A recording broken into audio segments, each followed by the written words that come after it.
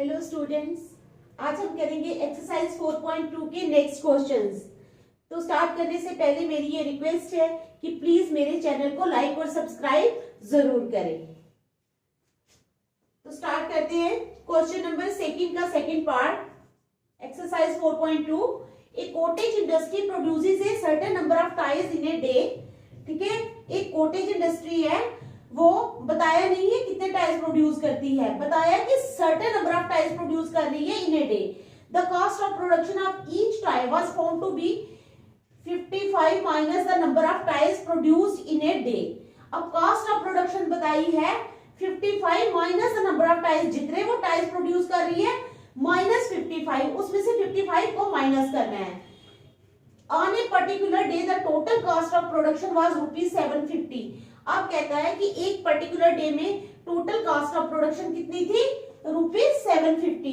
We would like to find out the number of tiles produced on that day. अब हमने पता करना है कि उस दिन कितने टाइल्स प्रोड्यूस किए गए। तो जो चीज हमने पता करनी होती है उसको हम सपोज करते हैं। तो चलो करते हैं सपोज। ठीक है, लेट करते हैं। Let the number of tiles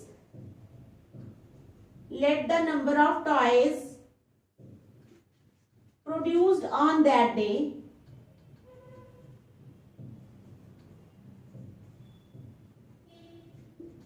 let the number of tiles produced on that day is equal to x, मान लिया x है। ठीक है, therefore the cost of production of each tile on that day, अब cost of production हम बताएंगे कितनी थी। ठीक है, then cost of production of each tile on that day, then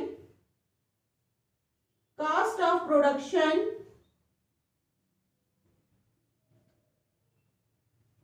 of each tile on that day। ठीक है, कितनी हो गई? उन्होंने बोला x माइनस 55, उन्होंने बोला ना 55 minus the number of tiles produced in a day, means number of tiles है हमारे x, तो माइनस करना है हमने 55, x माइनस 55। ठीक है, समझ गए आप लोग? रुपीस में आ जाएगी ना, कॉस्ट ऑफ प्रोडक्शन है तो हम लगा लेंगे इधर रुपीस x माइनस 55। ठीक है, अब क्या कह रहा है?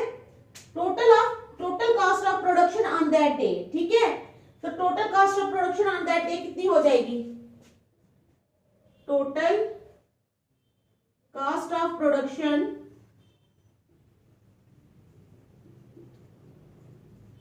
On that day is equal to x into x minus 55। ठीक है, तो अब हमें दिया है x into x minus 55 and total cost of production हमें दी हुई है ₹750 है।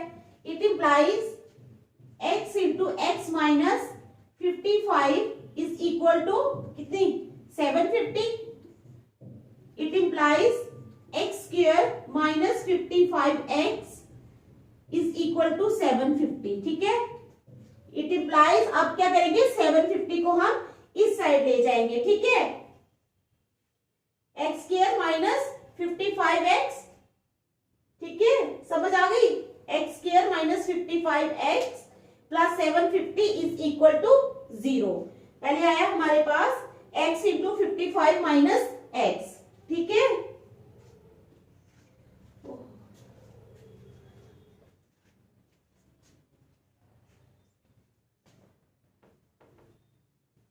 ये रुपीस जो है वो सही नहीं लिखा गया।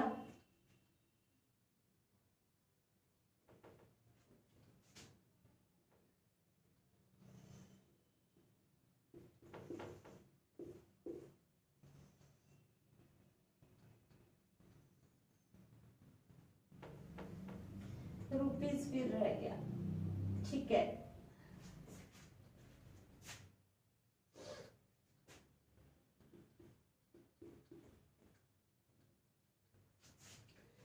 ठीक है, एक्स स्क्वायर, थोड़ा खुला खुला लिख देती हूं यहां पे। ठीक है,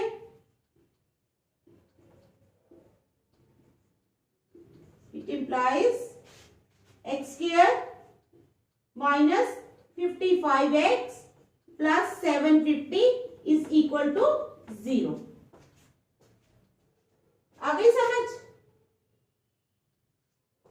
ठीक है। Total cost of production on that day is equal to x into 55 minus x is equal to 55x minus x square is equal to 750। It implies x square minus 55x, ये वाली टर्म्स हम इस side ले जा रहे हैं, x square minus 55x plus 750 is equal to 0। अब हम मिडिल टर्म को स्प्लिट कर लेंगे, जो माइनस 55x है उसको हम स्प्लिट कर लेंगे। ठीक है, माइनस 55x है ना, इसको हम बना लेंगे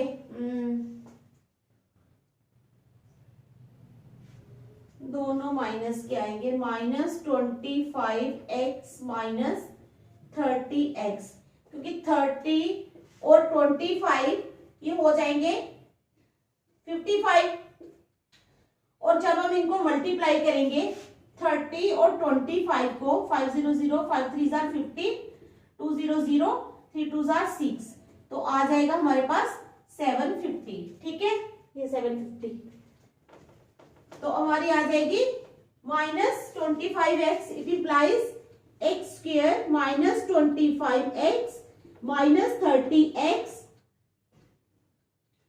plus 750 is equal to 0. It implies x into x minus 25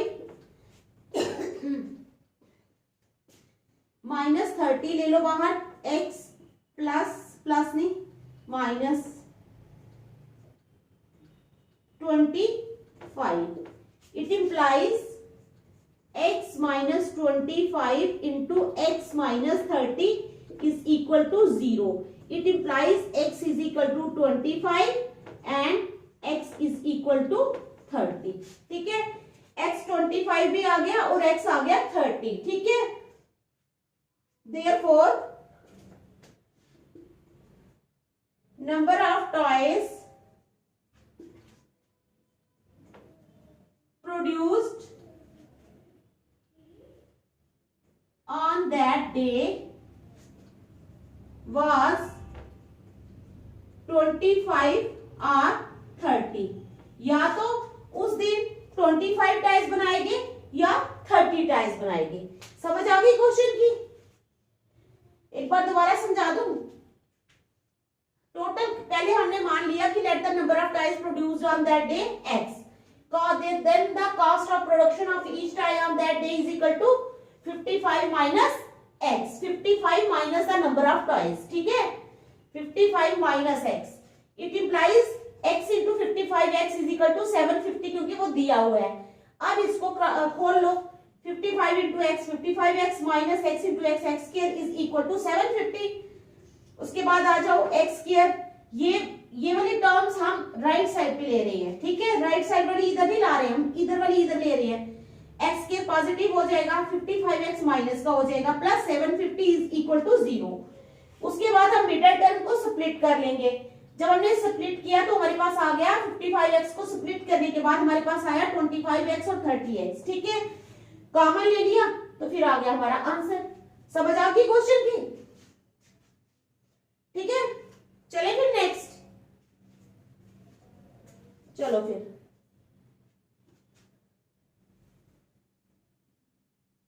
अब चलते हैं नेक्स्ट क्वेश्चन।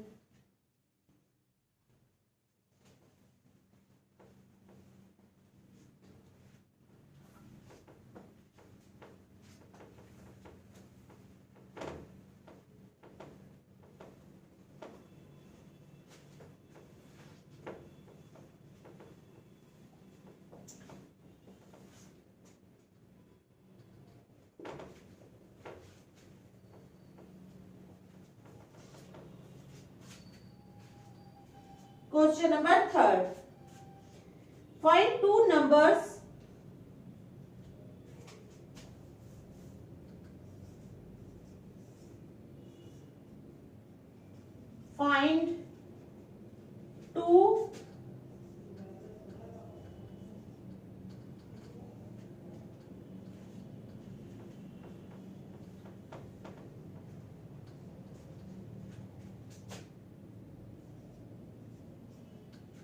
टू नंबर्स, दो नंबर्स फाइंड करो, ठीक है, हु सम इज 27,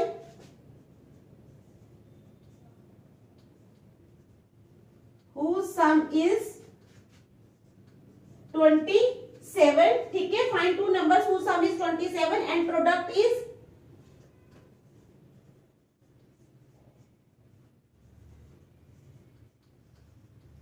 182। समझ आ गई क्वेश्चन की? दो नंबर्स हमने फाइंड करनी है, who some is 27 and product is 182, ठीक है। अब हमारे पास दोनों नंबर नहीं है, let the first number be x, ठीक है, let the first number be x। मान लिया पहला नंबर क्या है x, ठीक है, therefore the other number is equal to, इसलिए दूसरा नंबर क्या हो जाएगा 27 माइनस x, ठीक है, दूसरा नंबर क्या हो जाएगा 27 माइनस x। समझ गए आप? कैसे? एक नंबर है हमारे पास x, ठीक है, तो दिया है कि find two numbers who some is 27, यानी एक नंबर अगर x है, दूसरा हमें पता नहीं है, यानी दूसरा डैश है हमारे पास, तो वो इज इक्वल टू इन दोनों का सम आता है हमारे पास 27, ठीक है। इसका मतलब ये जो अदर नंबर है, ये अदर नंबर है, तो अदर नंबर कितना हो जाएगा इज इक्वल टू 27, x उधर चला गया माइनस x। समझ आ गई ना? तो ऐसे निकालना है हमने अदर नंबर, ठीक है, ये अदर नंबर आ गया। अब क्या कह रहा है,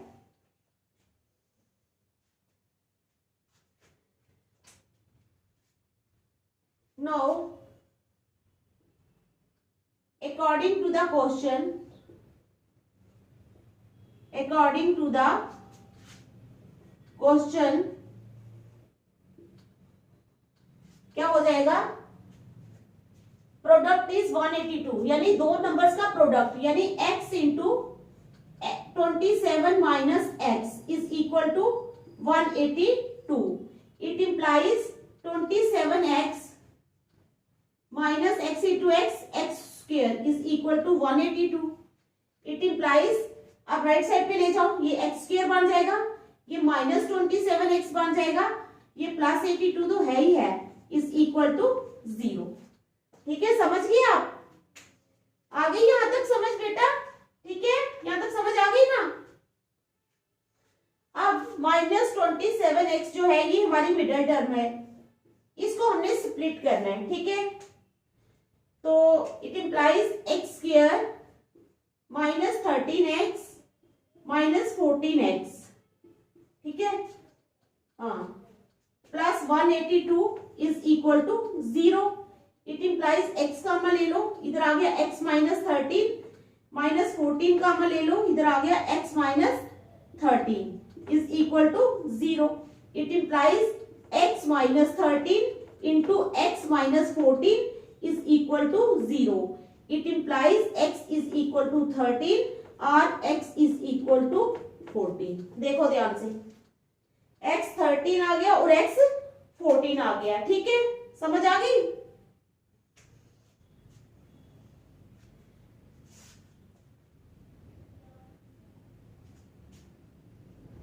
ठीक है,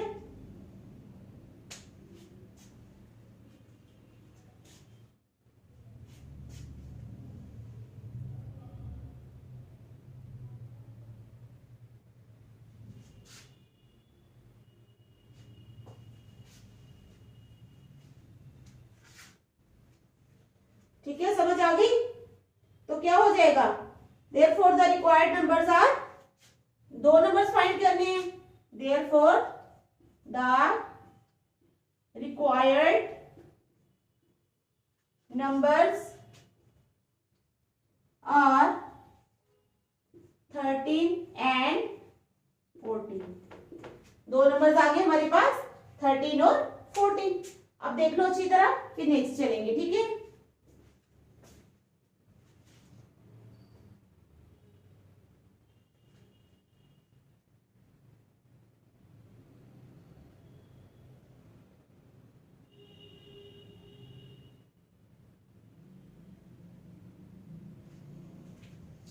चले next.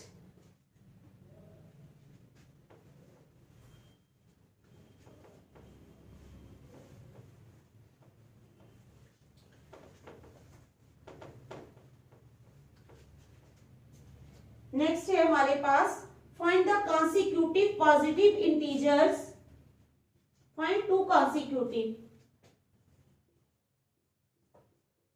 Find two consecutive, find two consecutive positive integers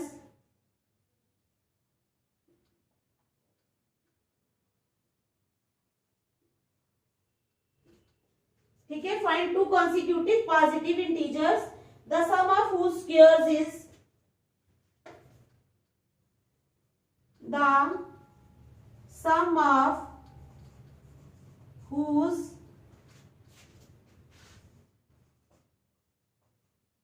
squares is the sum of whose squares is 365।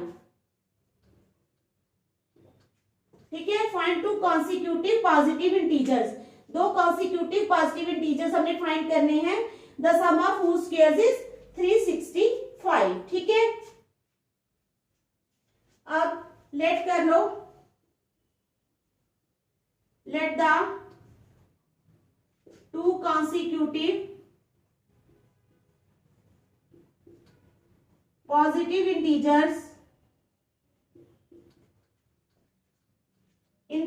B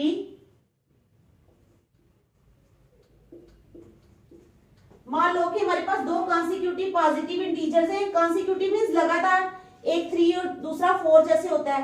एक मान लिया x है और दूसरा क्या हो जाएगा x प्लस 1। ठीक है, समझ गए आप लोग। Let the two consecutive positive integers be x and x plus 1। अब क्या कहता है, the sum of whose squares is 365, यानी अकॉर्डिंग टू द क्वेश्चन क्या दिया है, the sum of whose squares यानी x का स्क्वायर प्लस x प्लस 1 का square is equal to 365। It implies x square plus a plus b का whole square, a square plus b square plus 2ab यानी 2x is equal to 365। देखो ध्यान से, समझ आ रही है। It implies x square plus 2x, ठीक है, is plus 1 minus 365 is equal to 0। It implies x square plus 2x minus 364 is equal to 0। ठीक है, यहां तक समझ आ गई। ठीक है, तो ये 2x स्क्वायर था, हाँ 2x square. It implies 2 common ले लो, x square plus x minus 364 को किया 2 से डिवाइड, 2 1 जार 2, 16, 2 8 जार 16, 4, 2 2 जार 4 यानी 182 minus 182 is equal to 0। It implies x square plus x minus 182 is equal to 0। ठीक है, यहां तक समझ आ गई। अब x को हमने स्प्लिट करना है। ठीक है, ताकि हमारे पास मल्टीप्लाई करके 182 आए, तो हम करेंगे plus 14x x square plus 14x minus 13x, ठीक है, minus 182 is equal to 0। It implies x plus 14 minus 13 common लिया, x plus 14 is equal to 0। ठीक है, it implies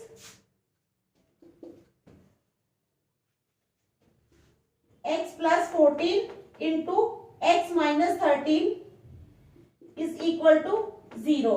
It implies x is equal to 14 or x is equal to x आ जाए minus 14 और x is equal to 13। समझ आ गई, x आया minus 14 और x आया 13। ठीक है, अब देखो x is equal to -14 is rejected. क्यों? क्योंकि ये माइनस में है, ठीक है, क्योंकि ये माइनस में है तो इसको रिजेक्ट कर देंगे। तो दूसरे नंबर्स क्या आएंगे? देयरफॉर 2 consecutive इंटीजर्स आर, एक तो आ गया हमारे पास x यानी 13, दूसरा आ गया x plus 1 is equal to 13 plus 1 is equal to 14। ठीक है, समझ गए आप लोग? देखो अच्छी तरह,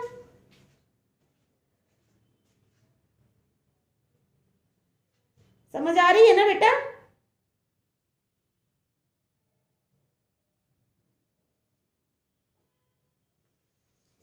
तो चलो आज हम यहां तक रखेंगे, नेक्स्ट हम कल करेंगे। Thank you.